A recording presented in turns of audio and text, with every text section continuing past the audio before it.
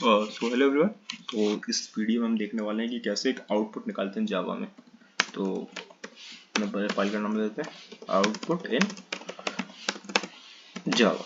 ठीक है, तो आउटपुट जावा डाल दिया। अब क्या चीज़ है कि हमें ये देखना है कि जो बेसिक स्ट्रक्चर जो होता है वो सबका सेम ही होता है। ठीक है, कि जो हमारी वही सेम फंक्शन होगी, वही सेम हमारी क्लासेस होंगी, ये सारी चीज़ें होती रहेंगी। अब हमें अगर जो आउटपुट डालना है वो कैसे डालेंगे, यहाँ पे ऑब्वियस हमारे फंक्शन के अंदर जो सारा हम एग्जीक्यूशन करते हैं वो इस फंक्शन के अंदर ही होता है। ठीक है, तो हम कैसे स्टार्ट करेंगे, हम लिखेंगे system dot out dot print, उसके बाद ब्रैकेट हेलो वर्ल्ड। ठीक है, ऐसे लिखेंगे तो हमारा प्रिंट हो गया जाएगा हेलो वर्ल्ड। ठीक है, अब इस चीज़ को थोड़ा ब्रेक करते हैं कि system dot out dot print क्या होता है। देखो, इस तीन शब्दों का मतलब system dot out dot print के मतलब सिस्टम से बाहर निकाल के प्रिंट करो हेलो वर्ल्ड। इसको आप इस तरीके से समझ सकते हो कि सिस्टम से चीज़ों को बाहर निकाल के प्रिंट करो।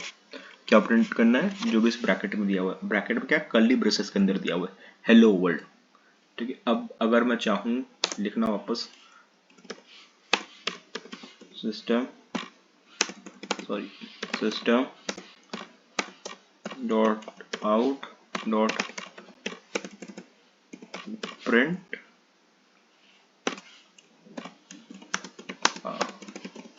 I am loving this code। तो I am loving this code, next line में I am loving this code print होना चाहिए। अरे ये अगर हम देख सकते हैं आउटपुट में क्या हो रहा है कि जो हेलो वर्ल्ड है और I am loving this code है, दोनों एक साथ कंटिन्यूस में प्रिंट हो जा रहा है। सो हम तो ये नहीं चाहते थे, हमने क्या थी हमारी टेंडेंसी कि यार मैंने ये लाइन अलग लिखी है और ये लाइन अलग लिखी है, तो ऑब्वियसली दोनों अलग अलग प्रिंट होना चाहिए, बट इस केस में ऐसा नहीं है, ये दोनों एक साथ प्रिंट हो चुके हैं। तो क्या क्या पता गलती हो सकती है, तीसरा कुछ और प्रिंट करके देख लेते हैं, है ना। कंप्यूटर गलती तो कर ही सकता होगा। डॉट प्रिंट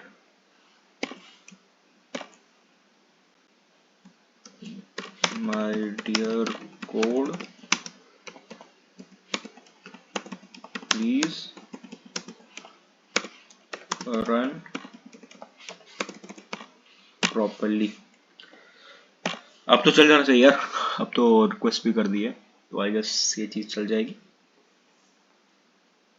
नहीं यार, नहीं चली।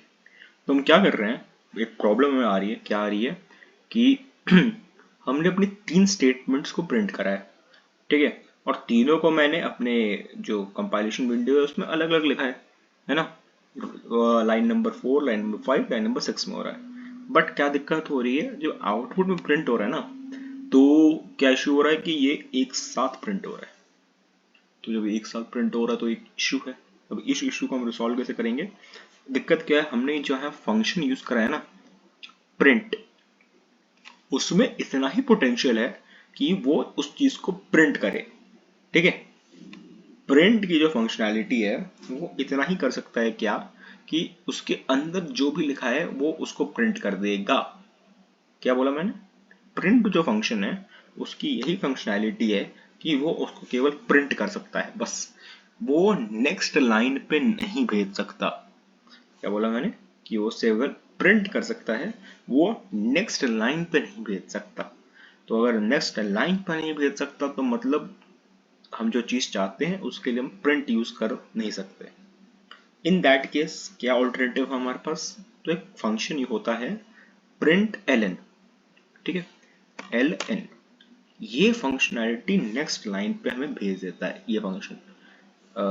एल एन लगाओ, एल एन लगाओ, अब देखते हैं। देखा, जैसा हम चाहते थे वैसे ही हो गया। ये तो पुरानी थी, नया कोड लिख लेते हैं।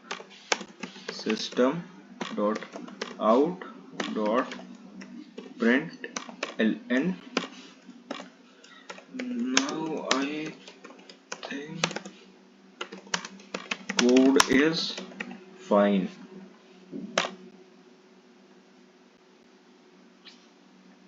ठीक है, ये चीज समझ में आ गई है। दो टाइप के फंक्शंस देख लिया हमने प्रिंट करते हुए ही।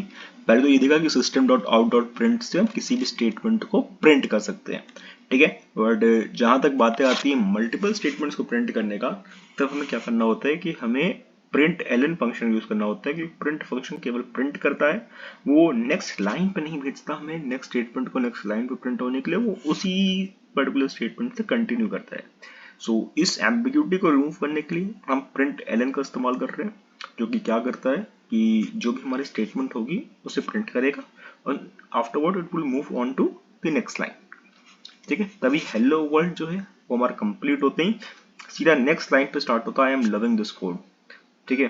तो इसको हम ऐसे कर सकते हैं।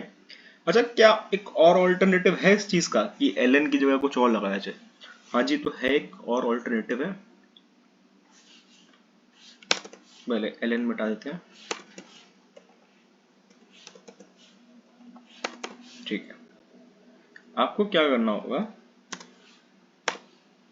बैक स्लैश एन, ठीक है। ये बैक स्लैश एन डालिए आपको, तो ये भी आपका वही काम कर रहा होता है, ठीक है। Backslash n, backslash N.